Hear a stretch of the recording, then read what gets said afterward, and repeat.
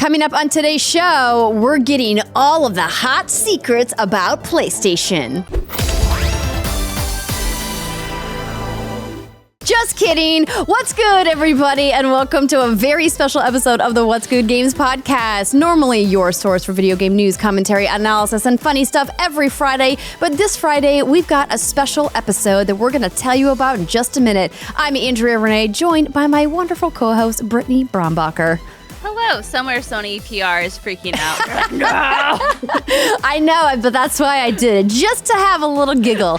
Please welcome to the show the global head of third-party portfolio at Sony Interactive Entertainment. The wonderful Shawne Benson is here. Hello, everybody. Thanks for having me. Shawne, it's so fantastic to finally get you on the show. You and I have known each other behind the scenes for quite a few years now, but we haven't ever had the opportunity to get you on What's Good Games. And when it arose, I was like, hey, I know her. Oh, yes, let's get her on the show. Thank you so much. I've been really excited for the opportunity. It's always so much fun talking games with you behind the scenes, so it's cool to be able to share the love publicly in this way. Absolutely. And we ran into each other at the DICE Summit not that long ago, but you have been keeping yourself very busy. Sony just launched a brand new piece of hardware, PSVR 2. How's the launch been going? Oh, it's been so great. There's been a lot of really positive reception from both gamers and the press and fans across the board. Our developers are super happy. There's been a lot of really good resonance around games that didn't maybe see as much attention kind of towards the later part of the life cycle for PSVR, getting new breath of life in PSVR 2. So we're super excited about all the reception overall. I've been just like knee deep in VR ever since I got back from DICE and was able to finally open up the box. So it's been a lot of Resident Evil, a lot of puzzling places for some chill vibes. And definitely, if you want to pull some heartstrings, I spent a lot of time in Before Your Eyes, which I don't know if anybody's had a chance to play it yet, but it's a grab your Kleenex kind of moment for sure. But yep, really I have my PSVR 2, so thank you, PlayStation. And I do have a code for Before Your Eyes, and I'm preparing myself. Let me just say that. I know I've been told I need tissue. I'm very excited to hop into that one, though. Yeah. How does that work, though, when you have the headset on your face and then you start crying? Shut up the headset. You kind of sneak the tissues. At least you can pull the headpiece out a little bit so you can sneak a Kleenex in. No, just kidding. A built-in feature.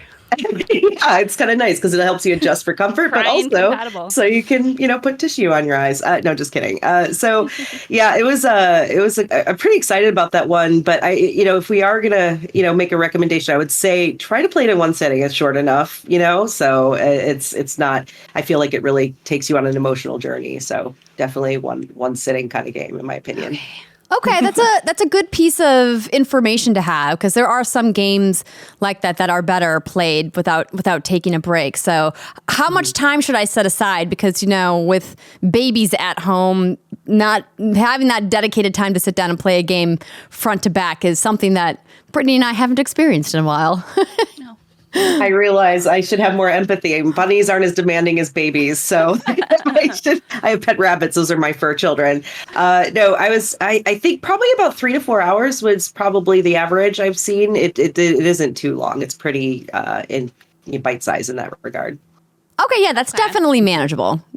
Do it on a weekend or something. But let's talk about video games in general and your job, because you've got this really cool job and a big fancy title, but people might not know what that means just off of hearing it. So what does the global head of third-party portfolio actually do?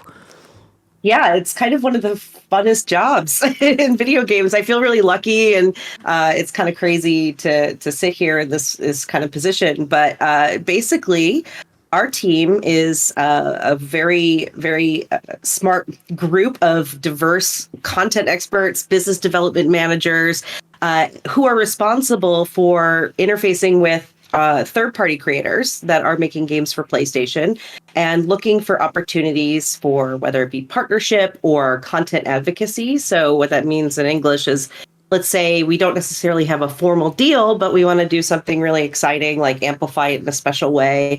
We work really closely with a lot of our cross-functional teams at PlayStation to say, hey, this might be a really good opportunity to showcase something at our events, or this might be a really good thing to put a demo in front of press about, or hey store, this would be a really good curation for your upcoming collection. We're kind of like those content experts that also do a lot of internal advocacy for our third-party creators.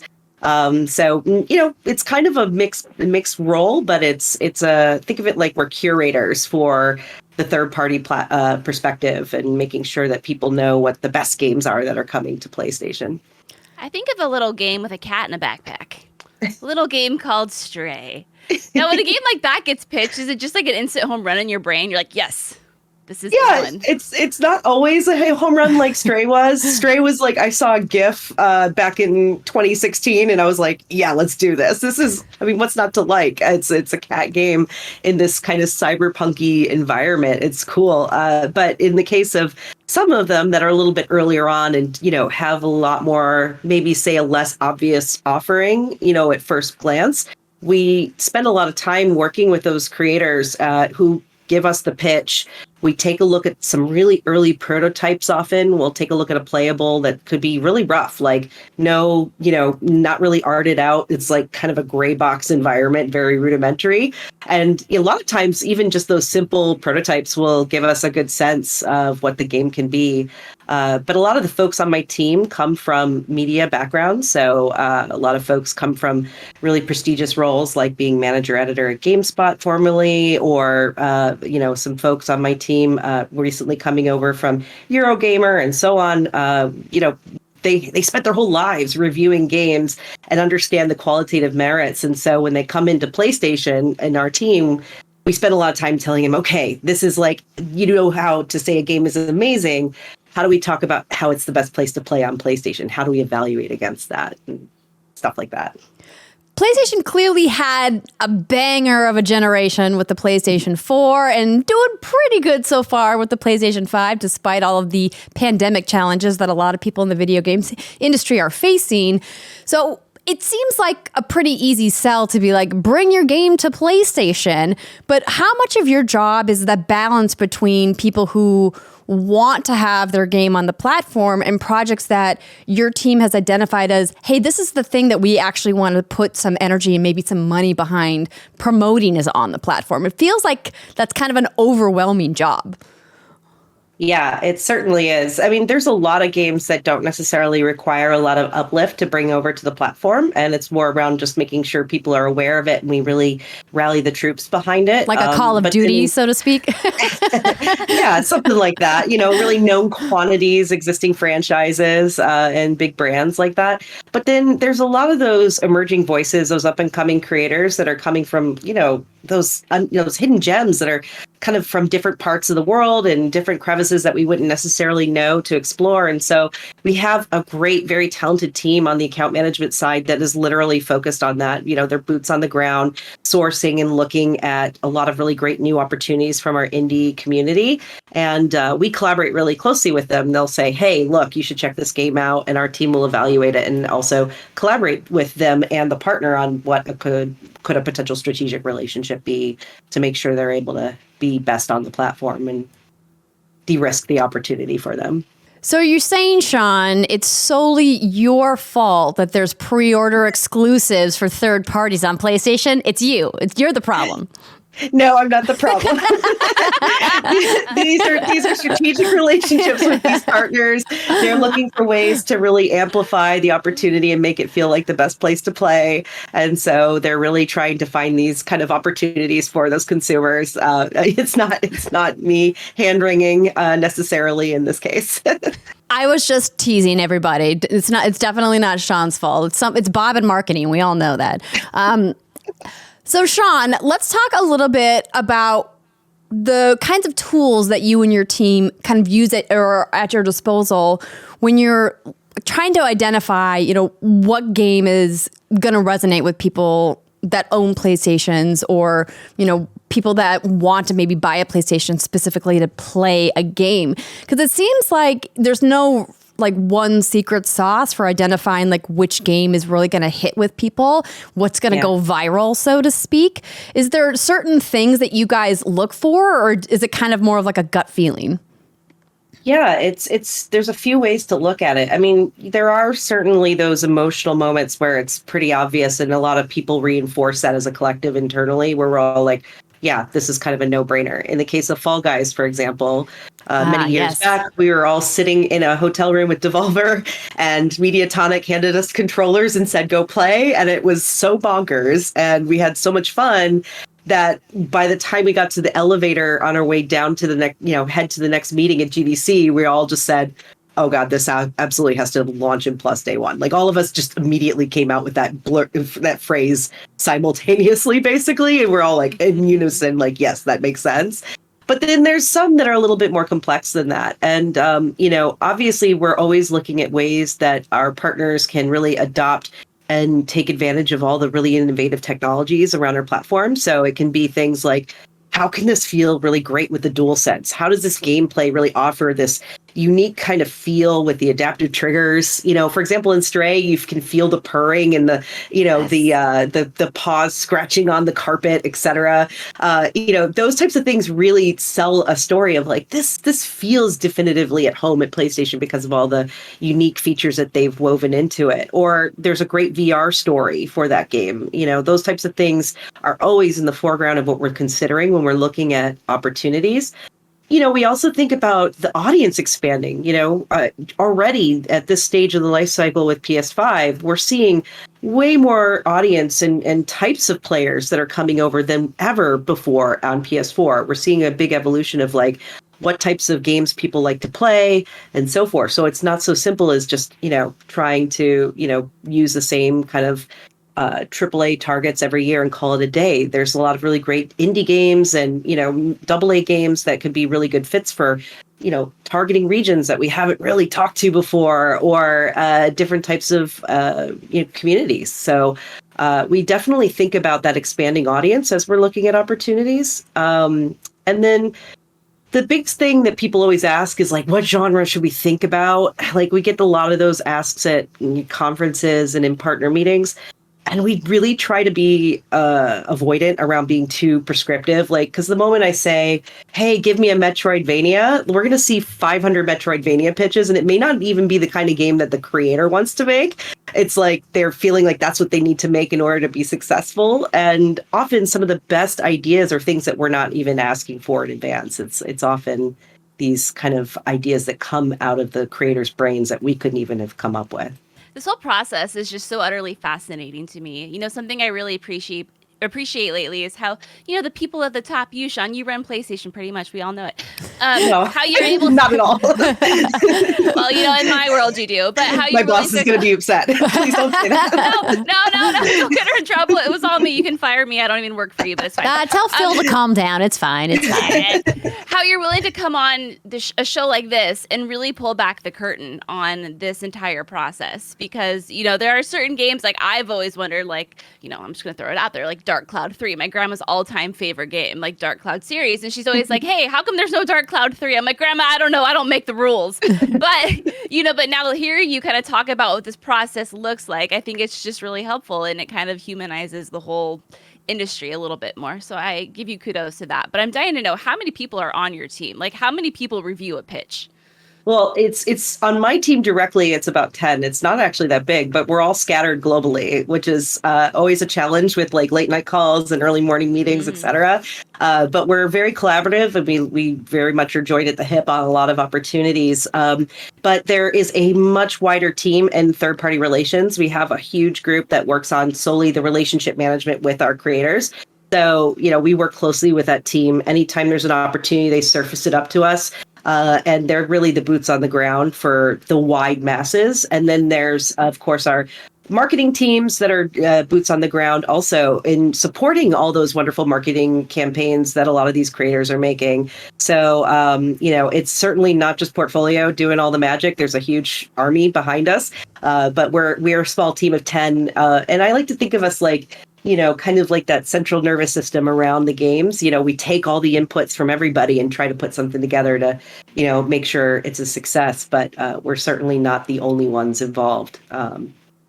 It feels like, and this is kind of a weird kind of analogy, but it's something that I hold near and dear to my heart because I have a music life in a past life. And I used to love making mixtapes for friends and family and, for potential future boyfriends or whatever.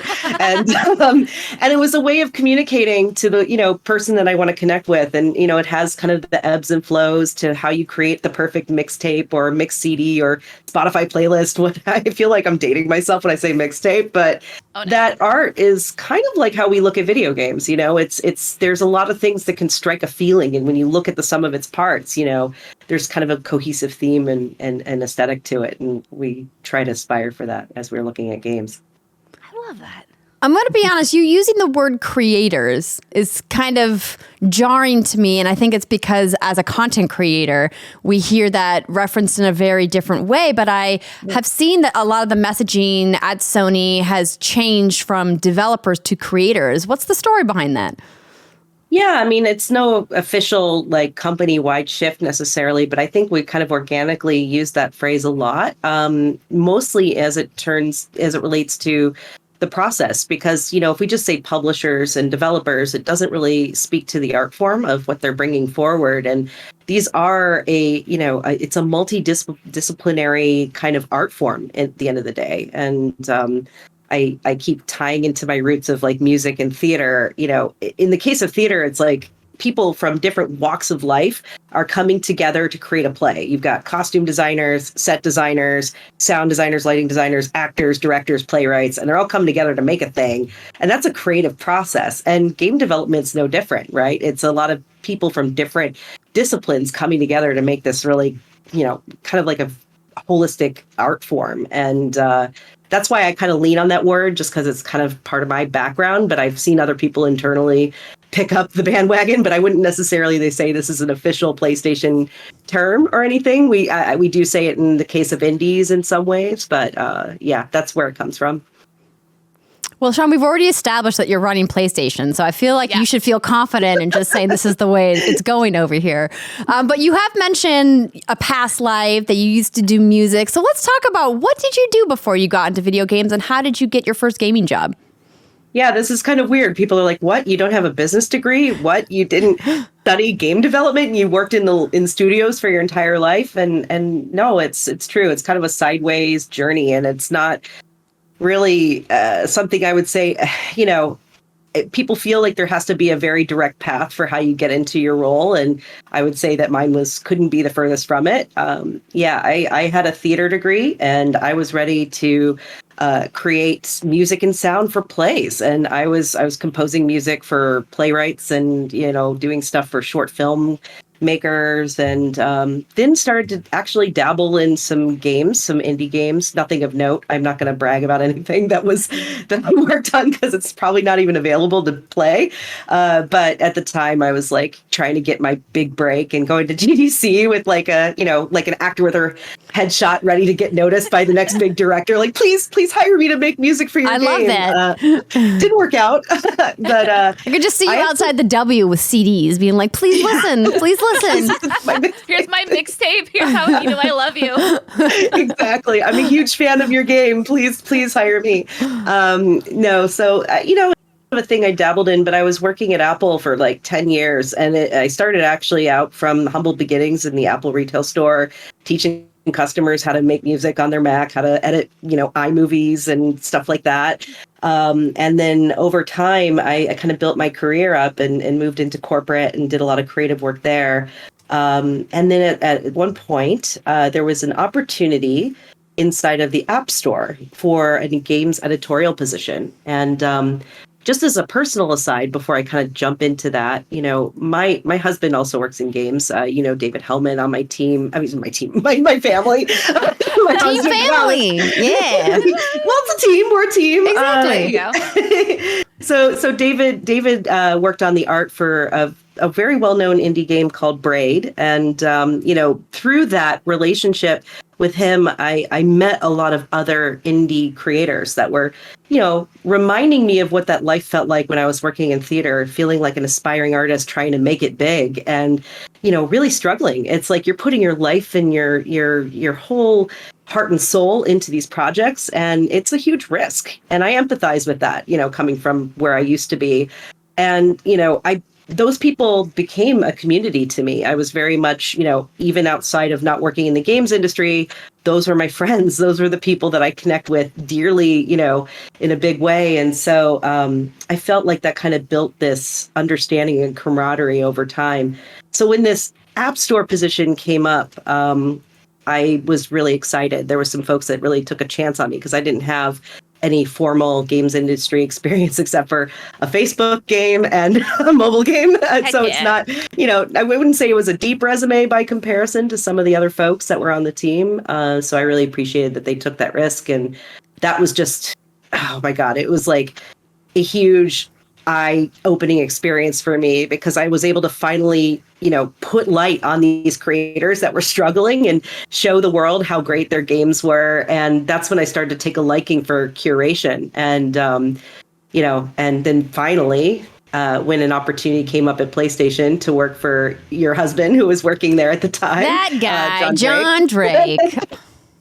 Yeah, he had an opening and I was like, yeah, that sounds exactly like where I want to take my career. And he took me on to focus on all the indie creators at PlayStation. And I since have grown in that role over the years and over time as people have come and gone. But yeah, that's kind of the weird sideways journey. Not your average path for sure.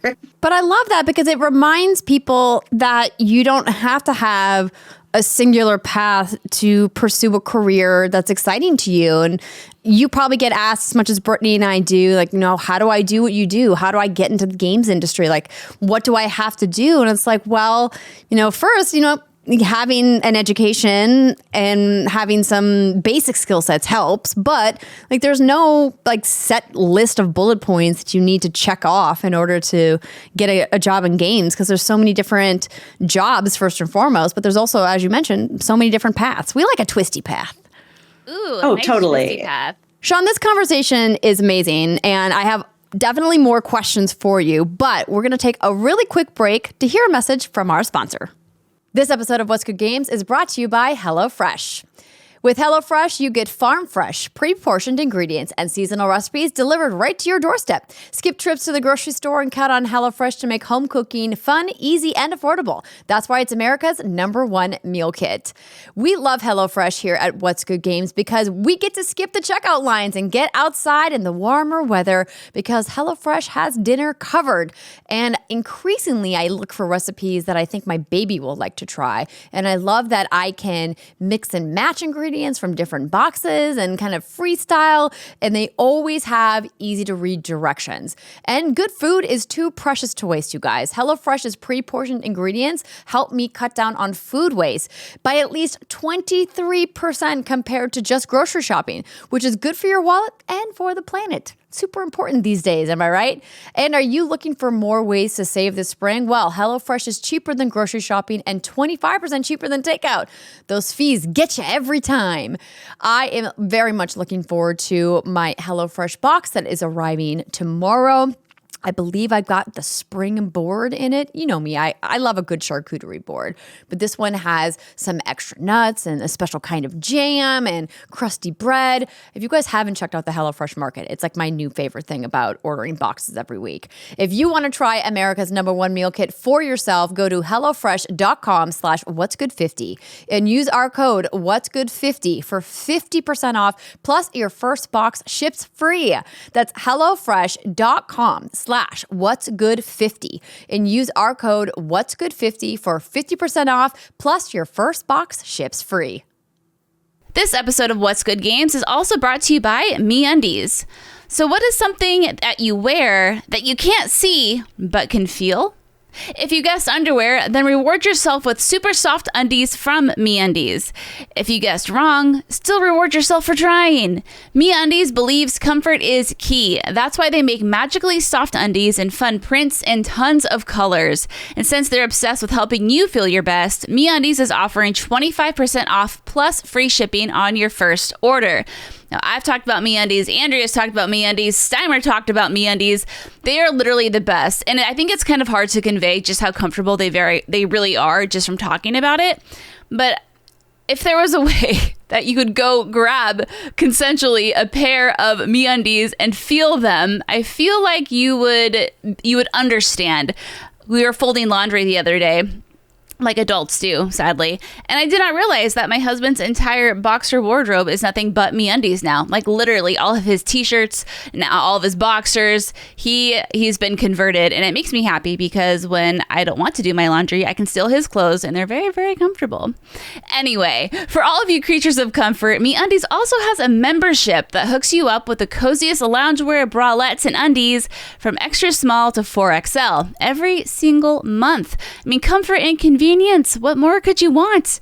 Members also get up to 30% off select items, exclusive deals, and early access. Yeah, you probably want that too. A great option if you want to dive into the world of MeUndies. So to get 25% off of your first order plus free standard shipping, visit MeUndies.com/WGG. Remember, if you're not satisfied, your purchase is on MeUndies. And again, that is 25% off of your first order plus free standard shipping. MeUndies.com/WGG. This episode of What's Good Games is brought to you by BetterHelp. On our show, we always talk about how it's okay to not be okay. And sometimes that means reaching out for help so that you can work on getting back to your best self. Therapy is all about deepening self-awareness and understanding because sometimes we don't know what we want and why we react the way that we do until we talk through things. And even then, sometimes it's still confusing. But BetterHelp connects you with a licensed therapist who can take you on that journey of self-discovery from wherever you are. Maybe you've talked to a friend about their experience with a therapist, or perhaps you've just been contemplating finding help for a while. Whether you're interested in learning positive coping skills or maybe how to set your own boundaries, getting help can empower you to be the best version of yourself. So if you're thinking of starting therapy, give BetterHelp a try. It's entirely online. It's designed to be convenient, flexible, and suited to your schedule. Just fill out a brief questionnaire to get matched with a licensed therapist and switch therapists anytime for no additional charge. Discover your potential at BetterHelp. Visit betterhelp.com/whatsgoodgames today to get 10% off your first month. That's BetterHelp, HELP.com/whatsgoodgames. And we're back. All right, let's get into some more questions for Shawne. Is there a more linear path now to get to a position like the one that you're in? Or is it pretty like twisty the best? I don't want to be too prescriptive, but obviously other people in my team have, more kind of traditional paths. Like some people spend a lot of time in the business scene and working on business development to build their skills to be able to negotiate a contract and redline deals. I'm still learning, honestly, and I have a team of experts that are really good at that part, and they're godsends for that reason. And then other folks on my team, like I said earlier, they come from a media background, and a lot of times they had aspirations to kind of grow through that path. But, I've seen a lot of really great talent come from different places, and it's really about, having a desire and a burn for a yearning for that opportunity, but then also, building a network and getting to know folks, really finding people who will take that time to have a coffee session with you to tell them about how they got through, that journey, and maybe connect you with some people that could help you in coaching some skills that you really feel like you want to polish or develop. But, being able to network and collaborate really well and be able to understand and communicate with empathy and, with a solution kind of brain is going to be really key in survival in the games industry for sure. Speaking of which, this idea of getting a coffee or meeting somebody and having that relationship, what was it like for you and your team having to really transition all of those conversations to Zoom calls during the pandemic? Clearly, you can still, do business online as you guys have been doing for the last couple of years. But what was different about your process having to shift the way that you go out and have these conversations? Yeah, can you believe that we launched an entire game console during the pandemic? That's wild. That was like a choice that you made. How did we do it? I'm just impressed at how we were able to mobilize despite that kind of adversity. It's really crazy. But, obviously it was certainly going without its, it came with a certain set of challenges for sure. Like, how do we play builds? We used to go to the studios. Now we can't fly to the studio. How do we deal with transferring of the files and having the developer creator feel safe with sharing their code to us to review the game. We definitely had a lot of experiments on that and found out good ways of working. But despite the adversity, I also think it opened up a lot of opportunity in a lot of ways too. I actually think it's great that you don't have to necessarily, find time on my books to have a pitch meeting at GDC. I mean, GDC is an amazing opportunity to have that, but, our calendars fill up really quickly, but we can totally set up a virtual meeting now. It's not a issue. We take business, not necessarily always at these shows in the same way like we used to. And I felt like it really opened up accessibility to us for creators that were perhaps in distant lands that we don't necessarily visit or frequent as often as we would like, or have a dedicated team in that region. There's just been a lot more opportunity for discovery than we had in the past, which was so 100% focused on being in person to do business. Interesting. You mentioned GDC, and as someone who has only attended these conventions to play games and talk about them, I don't really ever hear a lot about the business side. So I'm just curious, when you go to an event like GDC or E3, what is it that your schedule looks like? What takes up your time? Do you really want to know? It's like I really do. You're like, let me show you my Outlook. And pulls it out. I'm really scared. No, I'm only saying this because literally an hour ago I was looking at my calendar and hyperventilating a little. But it's a lot of sit downs and face to faces with partners, either getting caught up on existing conversations that we're having around a partnership opportunity, or seeing a slate review of their games. There's a lot of pitches. We often will see people come in with a build and want us to get our hands on them, and it's a good chance to kick the tires of the product and things like that.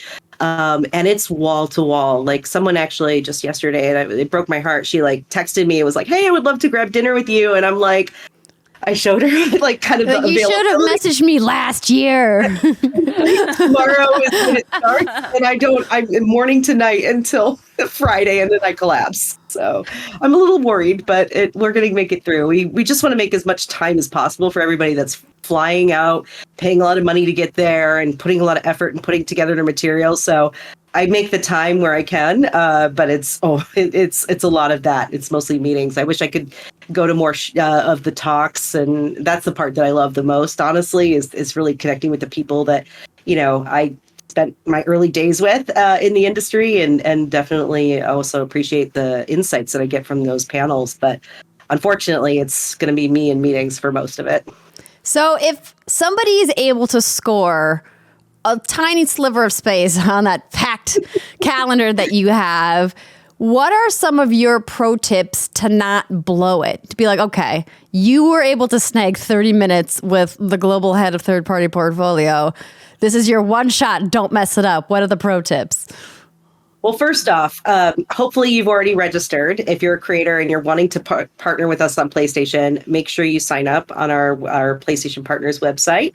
But secondly, one of the things that you should also do is prepare some sort of proposal that gives us an overview of what your game is. And from that point of view, try not to go too deep in the weeds on the lore and so forth, but give us that elevator pitch of what is the magic of this game? What is it about? What's the moment to moment, the core loop?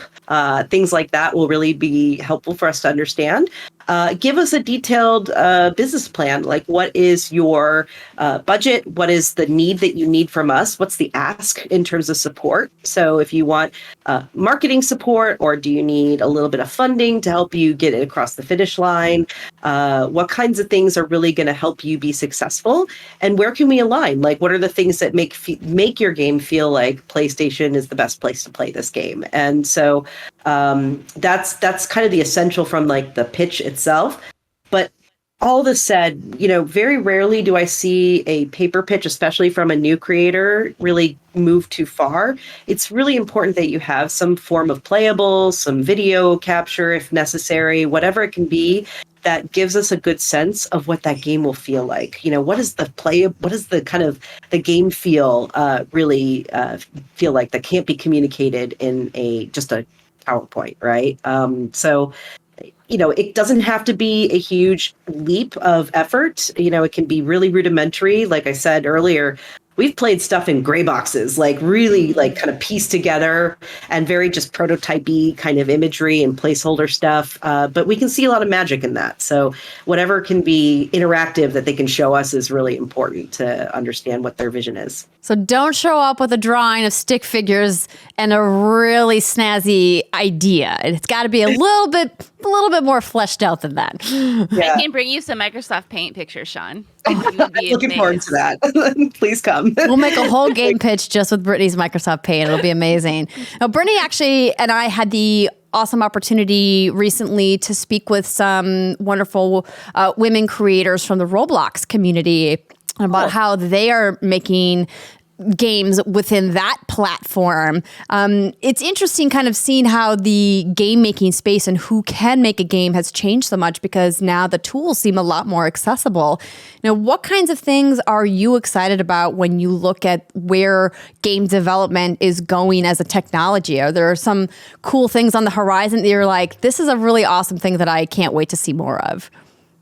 Yeah, I mean, you already kind of hit it on the nail in terms of just how ubiquitous the tools are to make a game is just being more accessible by different types of creators. I really have just been mostly excited about the types of communities that are, emerging out of the woodworks from these things. Like, it starts with the Roblox community, but then they dust off Unreal or Unity and start to get into those types of engines and, start to emerge from there. So a lot of times those types of groups are the ones I'm most excited about. And I often try to keep an eye on anytime I see things kind of buzzing on Twitter or other types of online communities. I try to keep tabs on it because oftentimes even those smaller kind of opportunities can blow up and become like the next big thing, and that's huge for me. I'm just excited about the diverse voices, honestly, more than anything. Yes. Just seeing more people like me, more people that don't look like me that are, coming into the space. And that's super important because art imitates life, right? And if we don't have that really fully represented in the best way, it's going to be hard to be a successful game platform or a game community at large. It's really critical. So Shawne, what is your guess or prediction, maybe is a better word, on what you think the next big genre trend is going to be? We've seen a rise in roguelikes, and then the battle royale genre took off, and it feels like, these RPG shooter hybrids are really popular. Based off all the stuff that you see, because I can only imagine like the thousands of stuff that you see, in your job, the thousands of stuff. What do you think it is? What do you think the next big trend in gaming is going to be? Wow, that's really hard. And I'm worried about saying too much because then I'll start seeing, like everybody's. Did I not mention I don't want to see all Metroidvania pitches? I thought we covered that already. That part. But, I kind of at a broad level, what I am seeing that I've been really excited about is mashups of genres that I wouldn't necessarily think go well together. Like a very narrative-driven roguelike or a really, multi-branched or multifaceted type of RPG, action RPG that has those types of deep branching narratives that we really want to see more, kind of like where it doesn't feel like it's a critical path no matter which way you choose. Like we're seeing a lot more of that. And definitely there's been a lot of expansion in the kind of like online RPG stuff for sure. Definitely, especially out in the East.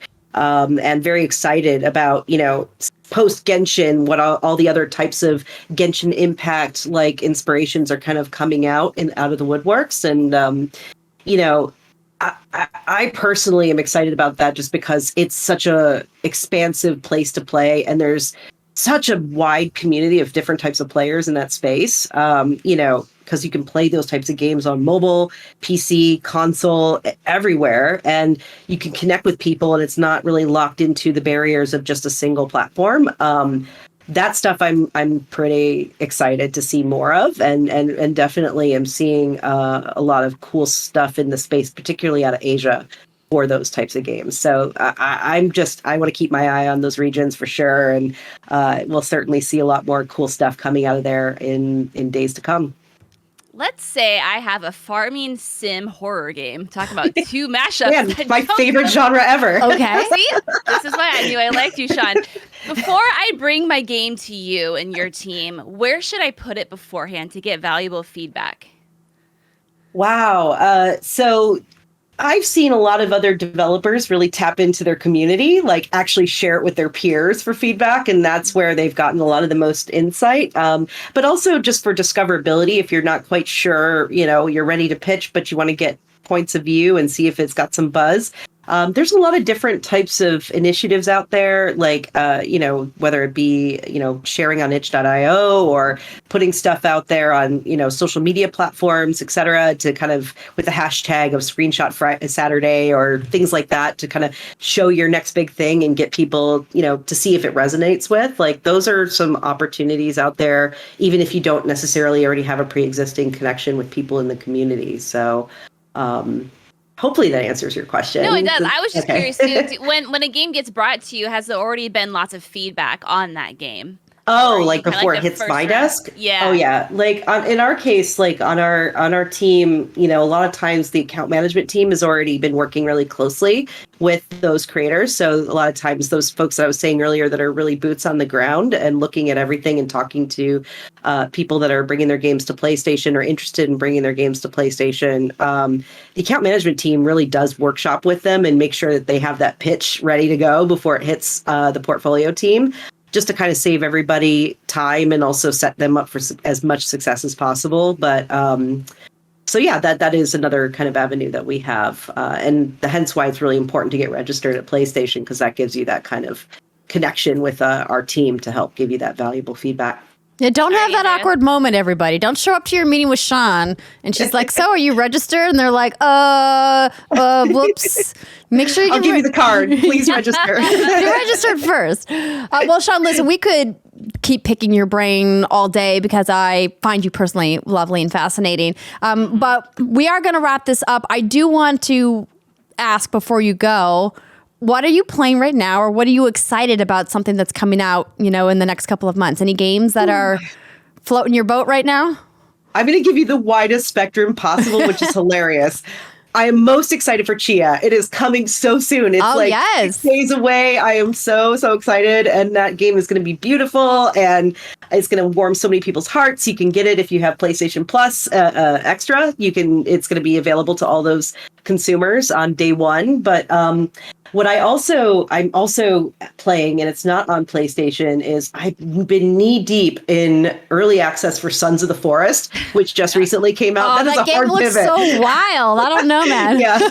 One is this really wonderful open world, soothing, comfy adventure game, and the other one is like this very dire survival horror game. So huge ends of the spectrum, but I love that game. It's just even in the early access period so far, I'm like already excited about where this is going. It's an evolution, but also very much a playing on what was so good with the original Forest. So I'm quite excited about that one. I think you and I are similar in the sense that those spooky, wild games are comforting to us. Yeah. Right? Calm respite from real life. Resident Evil 2 Remake is like my comfort food game. Not in Story of Seasons, but Resident Evil. I get it. There's something about it. Andrea doesn't seem to understand it, but that's okay. I'm happy that you're happy, Brittany. That's that. You and Mr. X can hang out whenever you want. And I'll just, stand on the sidelines and be like, good for you guys, with my little flag or whatever. Well, thank you so much for your time today, Shawne. It was wonderful to see you and to chat with you. And hopefully we'll run into you at one of the things if you get to sneak down to the lobby coffee shop for a break between your stacked meetings. And we are, looking forward to everything that you and your team are going to bring to PS5 in the years to come. Thank you so much. It's been a huge honor and a pleasure. I really appreciate the opportunity. And best of luck at the shows as well. And stay hydrated. So thank you. Always the best advice. All right, everybody. We will see you guys next week. Bye.